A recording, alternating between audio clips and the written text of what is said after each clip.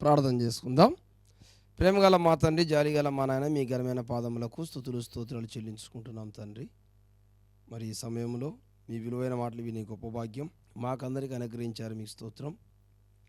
అల్పుణ్ణి, అయోగ్యుణ్ణి, జ్ఞానం లేని వాని నాయన మీరు నిలబెట్టుకొని మీ జ్ఞానాన్ని దైవ గ్రంథం నుండి మీ మాటలను మీ బిడ్డలకు తెలియజేయమని యేసునామమున అడుగుతున్నాం తండ్రి. ఆమేన్. ప్రియమైన దేవుని బిడ్డలారా, ప్రభు అయిన యేసుక్రీస్తు నామమున మీకు అందరికి కూడా వందనములను తెలియజేస్తున్నాము. మరి అదే విధముగా జీసస్ సాల్వేషన్ మినిస్ట్రీస్ వారి తరపున దేవుని మాటలు వింటున్న ప్రతి ఒక్కరికి వందనం తెలియజేస్తున్నాం. మరి మీ అందరి తరపున జీసస్ సాల్వేషన్ మినిస్ట్రీస్ వారికి వందనం తెలియజేస్తున్నాం. మరి సంఘమునకు, సంఘ పెద్దలకు, సంఘ అధ్యక్షులు జోసఫ్ సార్ గారి కుటుంబానికి ప్రభు అయిన యేసుక్రీస్తు నామమున వందనం తెలియజేస్తున్నాం. మరి క్రిస్టమస్ దగ్గరికి వస్తూ ఉంది. క్రిస్టమస్ విషయాలను మనం కొన్ని తెలుసుకుందాం.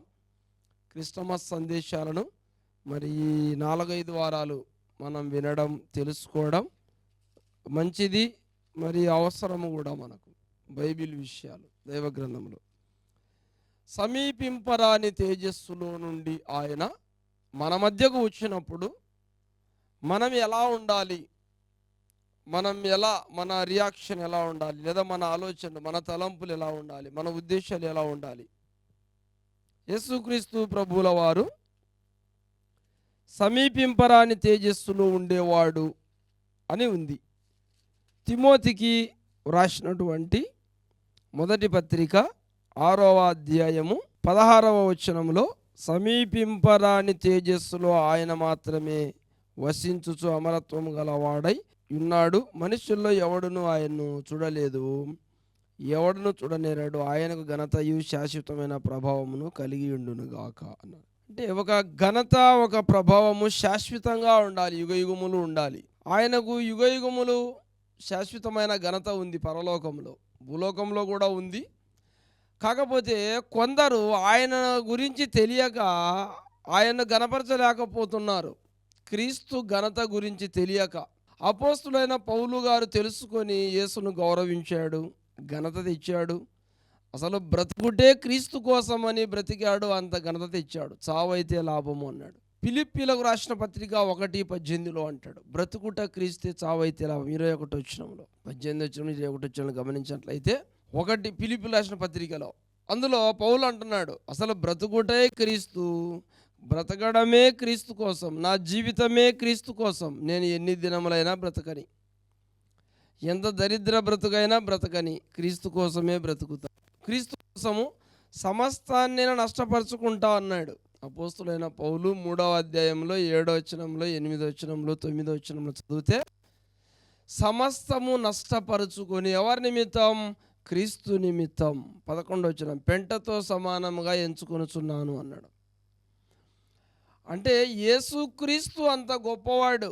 భూమి మీద ఉన్న ఏవైనా సరే, వెండైనా సరే నీకు పెంటతో సమానం, బంగారైనా సరే పెంటతో సమానం, ఉద్యోగమైనా పెంటతో సమానం, డబ్బు అయినా పెంటతో సమానం, వస్త్రాలైనా పెంటతో సమానం, మంచి భోజనాలైనా పెంటతో సమానం. అపోస్తులైన పౌలు గారు యేసుక్రీస్తును ఎంత ఘనతగా ఆయన భావించుకొని ఆయన కొరకు బ్రతికాడు, ఎంత ఉన్నతంగా యేసును చూశాడు అంటే, యేసుక్రీస్తును చూసినట్టు ఈ భూమి మీద దేన్ని ఆయన గొప్పగా చూడలేదు.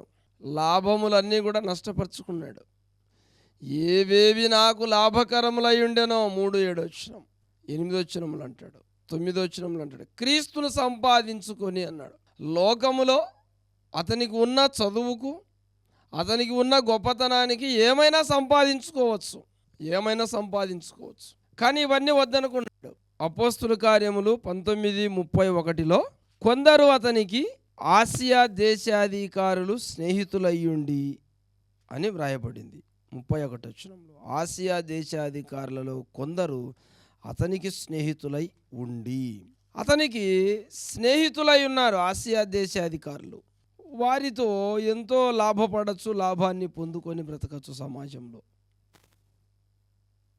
కానీ లాభాలన్నీ వద్దనుకున్నాడు. మనకు ఒక ఎమ్మెల్యే గారు మనకు స్నేహితుడైతే, మనకు పరిచయం అయితే ఎంతో సంపాదించుకోవాలి అతన్ని అడ్డు పెట్టుకొని అనుకుంటాం. ఒక ముఖ్యమంత్రి మనకు స్నేహితుడైతే అతన్ని అడ్డు పెట్టుకొని ఎంతో సంపాదించుకోవాలనుకుంటాం. ఒక రాజకీయ నాయకుడు మనకు స్నేహితుడైతే అతన్ని అడ్డు పెట్టుకొని అతని ద్వారా ఎంతో సంపాదించుకోవాలనుకుంటాం. ఎన్నో మోసాలు చేయాలనుకుంటాం, ఎన్నో కబ్జాలు చేయాలనుకుంటాం, ఎవరినైనా కొట్టాలనుకుంటాం, ఎవరినైనా తిట్టాలనుకుంటాం, ఎవరినైనా చంపాలనుకుంటాం. లోక సంబంధంగా ఆలోచిస్తాం. ఒక గవర్నమెంట్ ఎంప్లాయీ మనకు స్నేహితుడైతే, ఫ్రెండ్ అయితే అతని ద్వారా ధనాన్ని ఆశిస్తాం, అతని ద్వారా ఏదైనా సంపాదించుకోవాలనుకుంటాం. కానీ లోకములో గొప్పవాళ్ళు, దేశాన్ని పరిపాలించే వాళ్ళే ఇక స్నేహితులైతే ఇంకా ఏమేమి సంపాదించుకోవాలనుకుంటాం, ఇంకా ఎన్నో సంపాదించుకోవాలన్న కలలు మనకుంటాయి. కానీ అపోస్తులైన పౌలు గారు ఏమంటున్నాడంటే, నాకు ఆసియా దేశాధికారులు స్నేహితులై ఉన్నా కూడా ఏవేవి లాభకరములో వాటిని వెంటతో సమానంగా ఎంచుచున్నాను, నష్టం చేసుకుంటున్నాను, కానీ క్రీస్తును సంపాదించుకున్నా అన్నాడు. క్రీస్తు విలువ పౌలుకు అర్థమైంది, మనకు అర్థం కాదు. మనం ఏమనుకుంటామంటే, కొరింథీ పత్రికలో దరిద్రుడు అని పేరుంది కదా, 8:9, 2వ పత్రిక 8:9 ఆయన దరిద్రుడై ఉండేనింది, మీ నిమిత్తం దరిద్రుడాయననింది. ఆయన ధనవంతుడై ఉండి మీ నిమిత్తం దరిద్రుడాయనని ఉంది. దరిద్రునిగా మన కోసం వచ్చినాడు. మనమేమనుకుంటాము, క్రీస్తు నమ్ముకుంటే దరిద్రులమైపోతాము, క్రీస్తు అంటే దరిద్రుడు కదా అని మనం నమ్ముకోవడం లేదు చాలామంది. కానీ రాజులకు రాజు, ప్రభువులకు ప్రభు అని మొదటి పత్రిక తిమోతికి 9:5-6-9 అంటా ఉన్నాడు. తిమోతి పత్రిక రాస్తూ చాలా చోట్ల యేసుక్రీస్తు అంటే రాజులకు రాజు, ప్రభువులకు ప్రభు, సర్వాధికారి అని ఉంది బైబిల్లో. ఈ భూప్రపంచం కూడా యేసుని ఎంతోమంది గౌరవిస్తున్నారు, కానీ మనం గౌరవించలేకపోతున్నాం. పేరుకు క్రైస్తవులుగా ఉంటున్నాం, నామకార్థ క్రైస్తవులుగా ఉంటున్నాం. క్రిస్టమస్ అని జరుపుతాం పండుగ జరిపేటప్పుడు పండుగకు 1000 రూపాయలు కానీ 500 కానీ చందా వేసుకుంటారు. అది గొప్పగా చెప్పుకుంటూ ఉంటారు, మేము చందా ఇచ్చినాం. లేదా కొందరు చందా ఇచ్చినందుకు దాన్ని మాటికి మాట్లాడుతూ ఉంటారు, మేము చందా కట్టలేదా, మేము సంఘస్థులం కదా.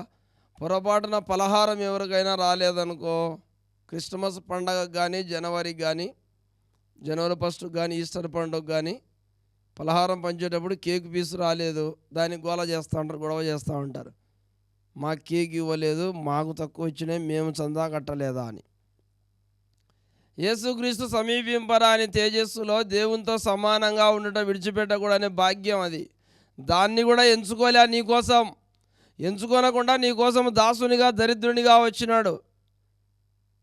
ఫిలిప్పీలు రాసిన పత్రిక 2:7-8 అంటాడు, 6 7 చూడు, ఆయన మనుషుల పోలికగా పుట్టి అని ఉంది, దాసుని స్వరూపం ధరించుకొని అని ఉంది. దేవునితో సమానంగా కూర్చుండేవాడు, తను తాను రిక్తునిగా చేసుకొనెను అని ఉంది. నీ కొరకు ఏమి లేకుండా చేసుకున్నాడు. నీ కొరకు వచ్చి, భూమి మీదకి వచ్చి, నీ కొరకు ఏమి లేకుండా ఆయన చేసుకుని ఉంటే, ఆయన కొరకు ఆయన నమ్ముకొని నువ్వేం చేస్తున్నావు, అన్నీ కావాలని నువ్వు కోరుకుంటా ఉన్నావు. ఆయన్ను సంపాదించుకో, ఆయన్ను కోరుకో. నీకు కావాల్సింది కేక్ కాదు. కేక్ ఎంత అవుతుంది? అందుకా నువ్వు ప్రార్థనకు వచ్చేది, అందుకా నువ్వు యేసు నమ్మింది, అందుకా నువ్వు చందా ఇచ్చింది, అందుకు కొట్లాడడానికి వస్తాండవా? పండుగలు వస్తే కొన్ని చర్చిల కాడ గోల చేస్తూ ఉంటారు, అల్లరి చేస్తూ ఉంటారు తాగి వచ్చి. పండుగ అంటే అదేనా నువ్వు ఆరాధించడం క్రీస్తును? క్రిస్టమస్ అంటే ఏంటి? అది క్రీస్తును ఆరాధించడం. మాస్ కాదు. మాస్ అంటే అది రౌడీజం కిందికి పోతుంది. మాస్ కాదు, క్రిస్టమస్. నువ్వు ఆరాధించు క్రీస్తును. క్రిస్టమస్ అంటే క్రీస్తును ఆరాధించుట. ఎలా ఆరాధించుట? 500 చందా వేసి ఆరాధించడమా? కృత బట్టలు కట్టుకొని ఆరాధించడమా? మంచి భోజనాలు చేసుకొని తిని ఆరాధించడమా? తిని త్రాగి అదేనా ఆరాధన? మనస్ఫూర్తిగా ఆరాధించు, మంచిగా ఆరాధించు. క్రీస్తు వచ్చు వరకు నిష్కలంకునిగా పరిశుద్ధంగా బ్రతుకు. అది క్రిస్టమస్ తెలియజేస్తా ఉన్నాడు అపోస్తలుడైన పౌలు.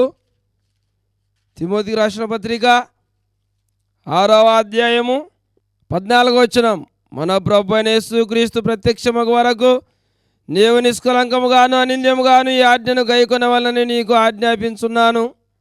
అంటా ఉన్నాడు. శ్రీమంతును సర్వాది అద్వితీయుడగు సర్వాధిపతి యుక్త కాలముల యందు ఆ ప్రత్యక్షతను కనపరచును. ఆ సర్వాధిపతి రాజులకు రాజు ప్రభులకు ప్రభునై ఉన్నాడు. సమీపింపరాని తేజస్సులో ఆయన మాత్రమే ఉన్నాడు. రాజులకు రాజు ప్రభులకు ప్రభు సర్వాధికారి సమీపింపరాని తేజస్సులో ఉండేవాడు నీ దగ్గరకు వచ్చినాడు. నీకోసం రక్తం కార్చినాడు. సర్వాధికారి తగ్గించుకొని నీ దగ్గరకు వచ్చి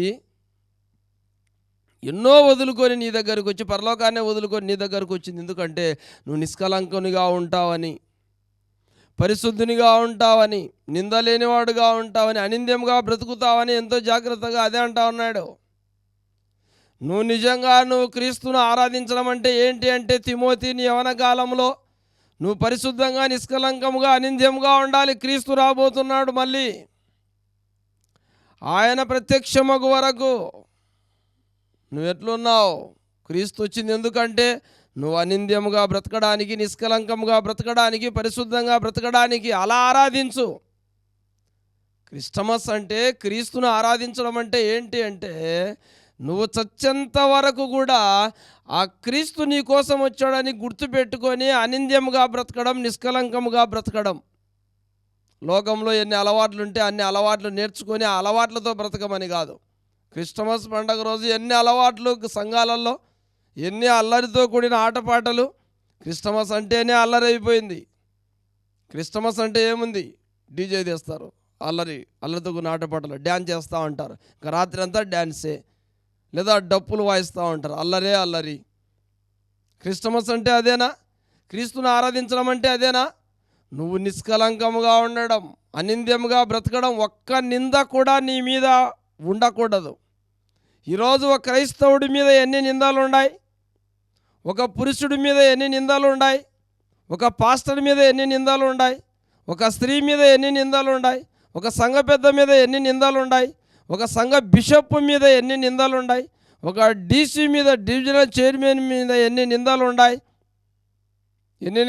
మీ మీద, అందరి మీద, పాస్టర్ల మీద, సంఘ పెద్దల మీద, సంఘస్థుల మీద, స్త్రీల మీద, పురుషుల మీద, యవనస్తుల మీద, చిన్నపిల్లల మీద ఎన్ని నిందలు ఉన్నాయి. అదే అంటా ఉన్నాడు, నిష్కలంకముగా అనింద్యముగా బ్రతకాలి.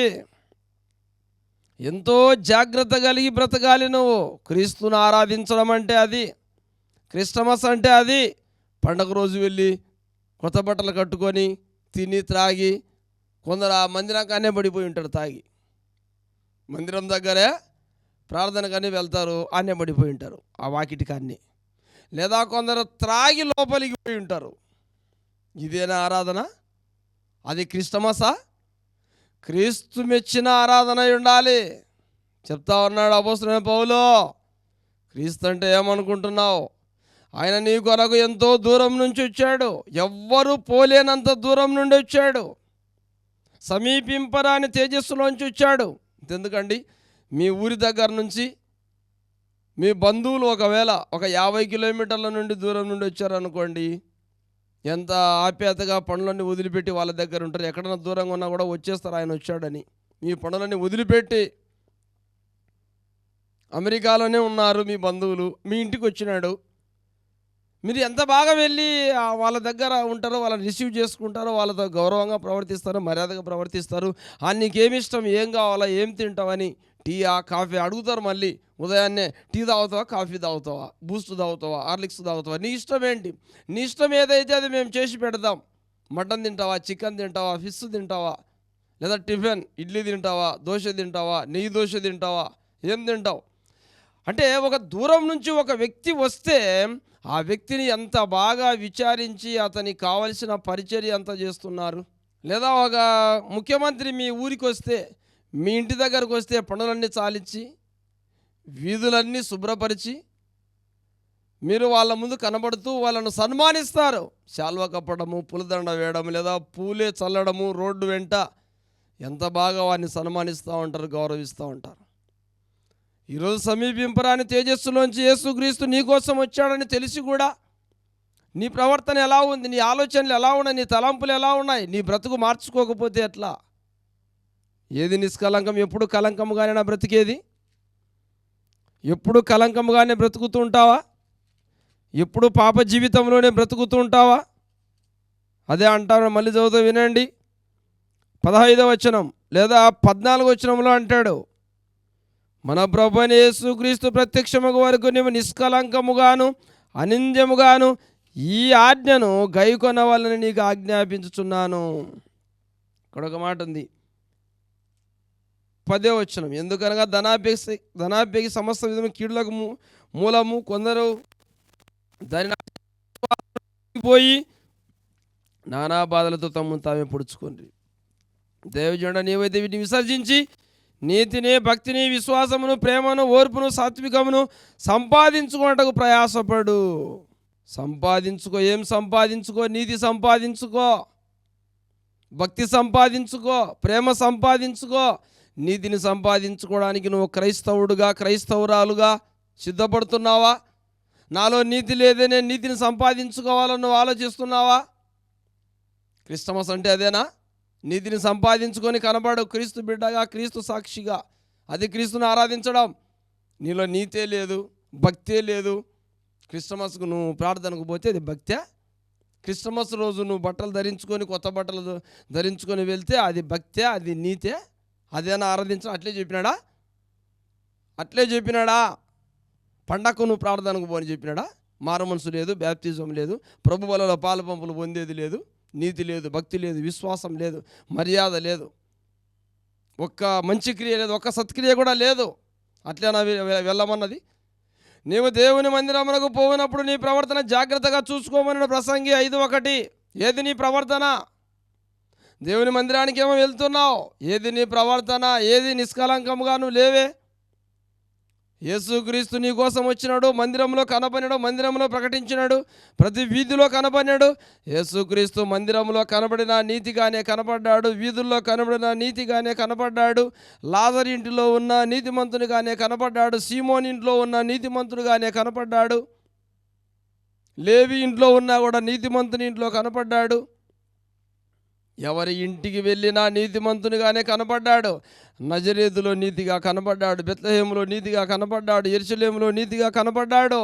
అది నీ కొరకు అనింద్యముగా బ్రతికాడు, నిష్కలంకుడుగా బ్రతికాడు, ఏ పాపము లేనివాడుగా నీ కొరకు బ్రతికినాడు. నీ కోసం వచ్చి నీ కోసం నివసించినాడు, పరిశుద్ధుడిగా బ్రతికి నివసించినాడు. యేసులో నీతి నివసించింది, నీలో నీతి నివసించాలి, క్రీస్తు నీతి నివసించాలి. అదే క్రిస్టమస్.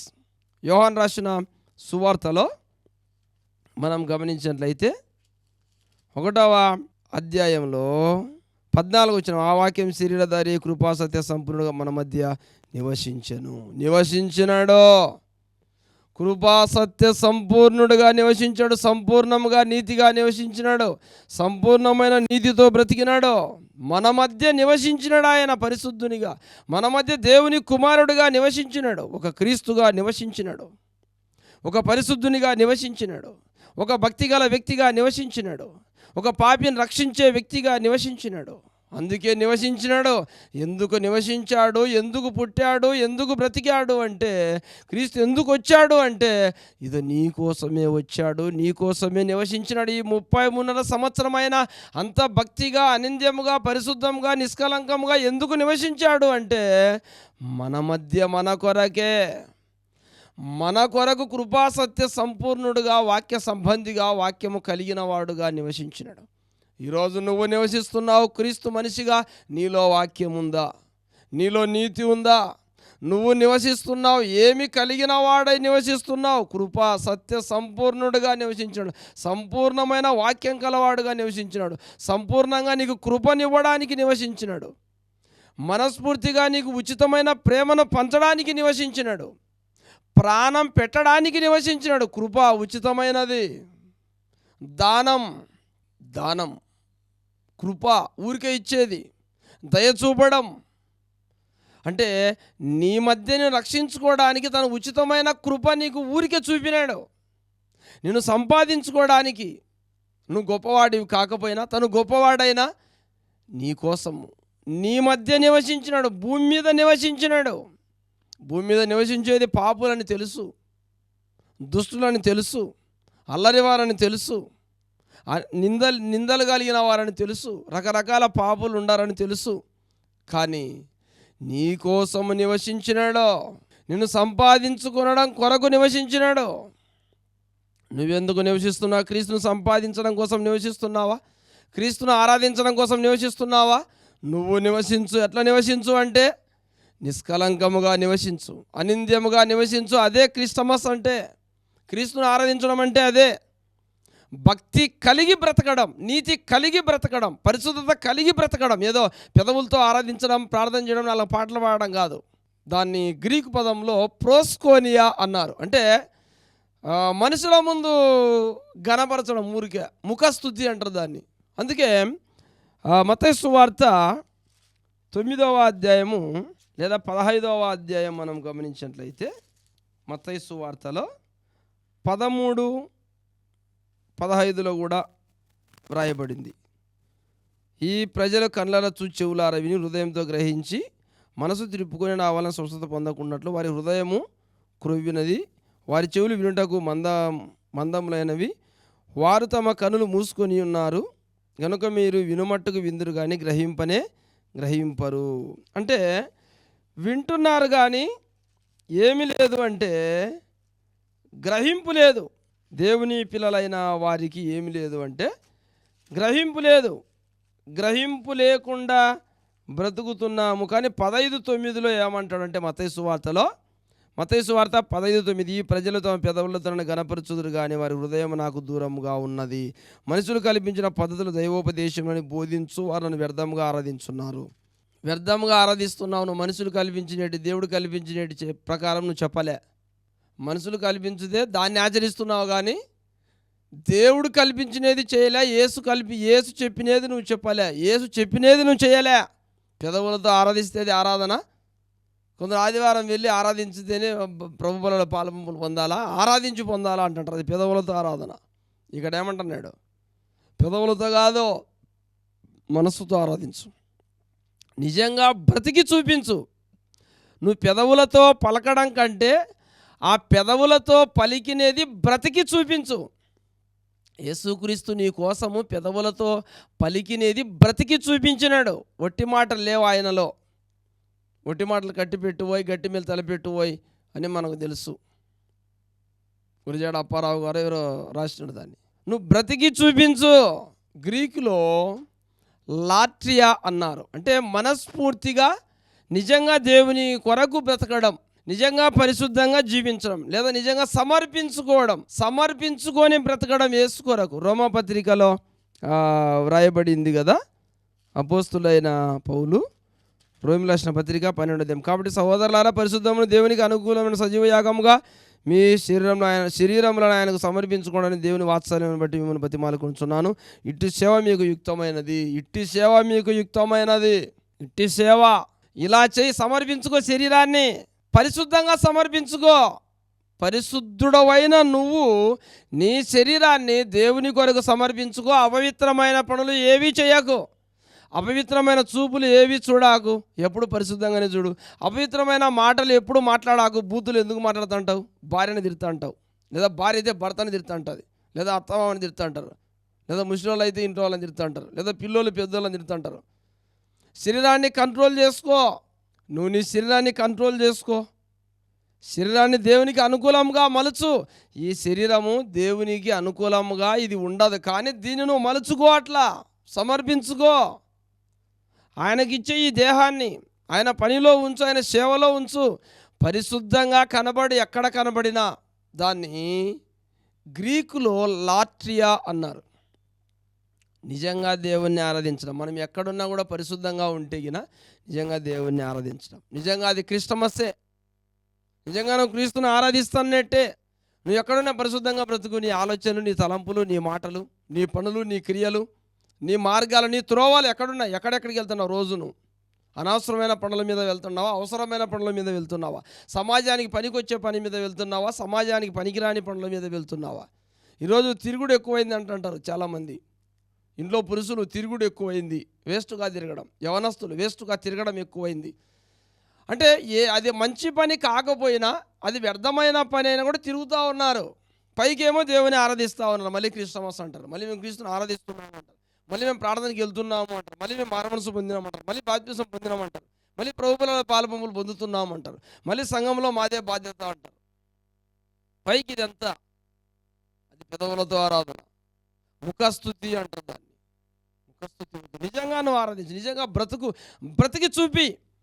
యేసుక్రీస్తు నీ కోసం బ్రతికి చూపించాడు కదా. ఒక క్రీస్తు నువ్వంటే ఎంత ఇష్టమో చూడు, నిన్ను ఎంత ఆరాధించాడో చూడు, నిన్ను విలువ పెట్టి కొనుక్కున్నాడు. నువ్వంటే ఎంత ఇష్టమో చూడు. ఎక్కడి నుండి వచ్చినాడు? పరలోకం నుండి నీ కోసం సమీపింపరా అని తేజస్సులో నుంచి నీకు సమీపంగా వచ్చినాడు. మరి నువ్వు ఎలా బ్రతకాలి? సమీపింపరా అని తేజస్సులో నుంచి నీకు సమీపంగా వస్తే ఆయన కోసం నువ్వు ఎలా బ్రతుకుతున్నావు? ఒక పౌలు బ్రతికాడు. ఎలా బ్రతికాడు? అసలు బ్రతకడమే క్రీస్తు కొరకు. ఏం ఉన్నా లేకపోయినా ఇదో దేవుని వాక్యాన్ని ప్రకటించాడు. భక్తిగా బ్రతికాడు. తన శరీరాన్ని నలగొట్టుకొని బ్రతికాడు. అనింద్యముగా బ్రతికాడు. నింద లేనివాడుగా బ్రతికాడు. నిష్కలంకముగా బ్రతికాడు. పరిశుద్ధంగా బ్రతికాడు. అదే తిమోతికి చెప్పినాడు. అదే మనకందరికీ చెప్తున్నాడు. ఆయన నిష్కలంకంగా బ్రతికాడు. మనం నిష్కలంకంగా బ్రతకాలి. క్రీస్తుని ఆరాధించడం అంటే అదే నిష్కలంకమైన జీవితం. అనింద్యముగా బ్రతకడం, పరిశుద్ధంగా బ్రతకడం. ఈ శరీరాన్ని నీ ఇష్టం వచ్చినట్టు కాకుండా పరిశుద్ధమైన దేహముగా మారు మనసు పొంది బ్యాప్తిజం పొంది నీ పాపాలన్నీ కడిగి వేసుకొని క్రీస్తు రక్తములో నిజంగా క్రీస్తుని ఆరాధించు. రేపు క్రిస్టమస్ పండుగకు నువ్వు కనబడేసరికి అక్కడ ఎలా కనబడాలి అంటే నిజమైన క్రైస్తవుడిగా కనబడు, పాపము లేనివాడుగా క్రైస్తవుడిగా కనబడు, పాపము లేని క్రైస్తవురాలుగా కనబడు, నిష్కలంకమైన క్రైస్తవురాలుగా కనబడండి. కుటుంబం అంతా మారి నిష్కలంకమైన కుటుంబముగా, అనింద్యమైన కుటుంబముగా ఆ క్రిస్టమస్లో ఆ పండుగ రోజు మీరు అక్కడ కనబడండి. లేదా ప్రతిరోజు కనబడండి, ప్రతి ఆదివారం కనబడండి. దేవుడు తన మాటను దీవించును గాక. ప్రేమగల మా తండ్రి, స్తోత్రము తండ్రి. మీ బిడ్డలందరూ కూడా మనస్ఫూర్తిగా క్రిస్టమస్ చేసుకున్నట్లు, మనస్ఫూర్తిగా ఆరాధించినట్లు, ఏ పాపం లేని వారుగా పరిశుద్ధులుగా దేవుని సన్నిధిలో ఆరాధించుటకు సహాయం చేయమని జీసస్ సాల్వేషన్ మినిస్ట్రీస్ వారిని దీవించండి. ఈ కార్యక్రమానికి సపోర్ట్ అందించినటువంటి కొత్తపల్లె సంఘస్థులు మీరు దీవించమని యేసుక్రీస్తుని అడిగి వేడుకొనుచున్నాం తండ్రి. ఆమెన్. తండ్రి కుమారునికయు పరిశుద్ధాత్మ కృపయు ఇప్పుడు సదాకాలం తోడుగాక. ఆమెన్. అందరికీ వందనం.